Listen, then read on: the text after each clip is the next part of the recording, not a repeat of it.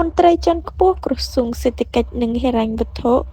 ថាទិវាធានារ៉ាប់រងកម្ពុជា2025បានលើកកម្ពស់អក្ខរកម្មធានារ៉ាប់រងនិងការយល់ដឹងរបស់ប្រជាពលរដ្ឋថ្លែងក្នុងពិធីធានារ៉ាប់រងកម្ពុជា2025នៅថ្ងៃទី26ខែមេសាឆ្នាំ2025ឯកឧត្តមរស់ សិលវ៉ា រដ្ឋលេខាធិការក្រសួងសេដ្ឋកិច្ចនិងហិរញ្ញវត្ថុ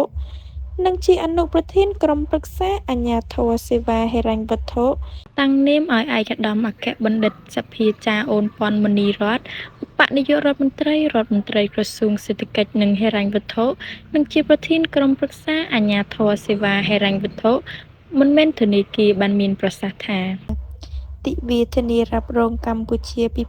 2025នៅខេត្តបាត់ដំបងឆ្នាំនេះមានគោលបំណងលើកកម្ពស់អក្ខរកម្មធានារ៉ាប់រងនិងការយល់ដឹងរបស់ប្រជាពលរដ្ឋជាពិសេសប្រជាពលរដ្ឋនៅក្នុងខេត្តបាត់ដំបងអំពីសេវាធានារ៉ាប់រង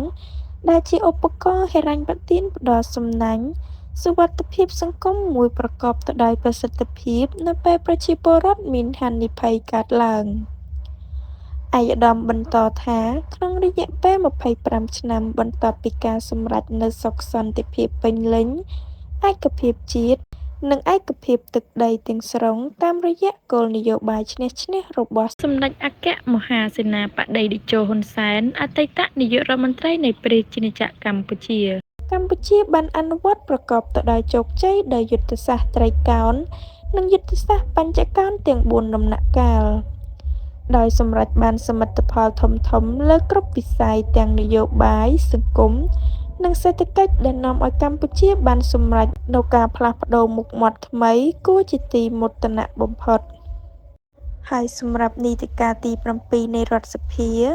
ដ្ឋាភិបាលក្រោមការដឹកនាំដ៏ឈ្លាសវៃរបស់សម្ដេចមហាបវរធិបតីហ៊ុនម៉ាណែតនាយករដ្ឋមន្ត្រីនៃប្រជាណាចក្រកម្ពុជាបានដាក់នូវយុទ្ធសាស្ត្របញ្ចកោណដំណាក់កាលទី1ដើម្បីកំណើនការងារសមធម៌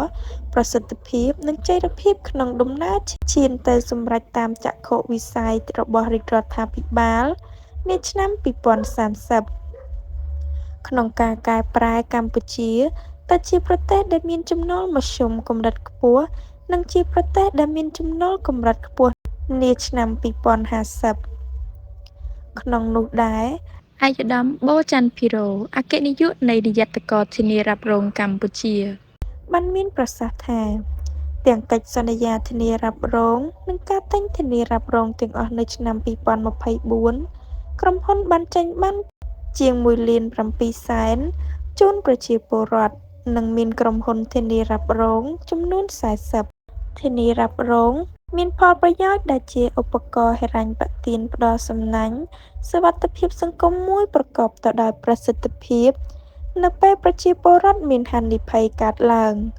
ធានារ៉ាប់រងនិងបសសគឺជាលក្ខណៈផ្ដល់សេវាធានារ៉ាប់រងដូចគ្នាគ្រាន់តែបសសផ្ដល់ជាលក្ខណៈមូលដ្ឋានហើយជាកាតព្វកិច្ចចំណែកក្រុមហ៊ុនធានារ៉ាប់រងគឺជាសេវាស្ម័គ្រចិត្តហើយវិស័យធានារ៉ាប់រងមានប្រយោជន៍ផ្ដល់ការការពារនៅពេលដែលប្រជាពលរដ្ឋមានហានិភ័យកើតឡើងនិងចូលរួមចំណែកក្នុងការអភិវឌ្ឍសេដ្ឋកិច្ច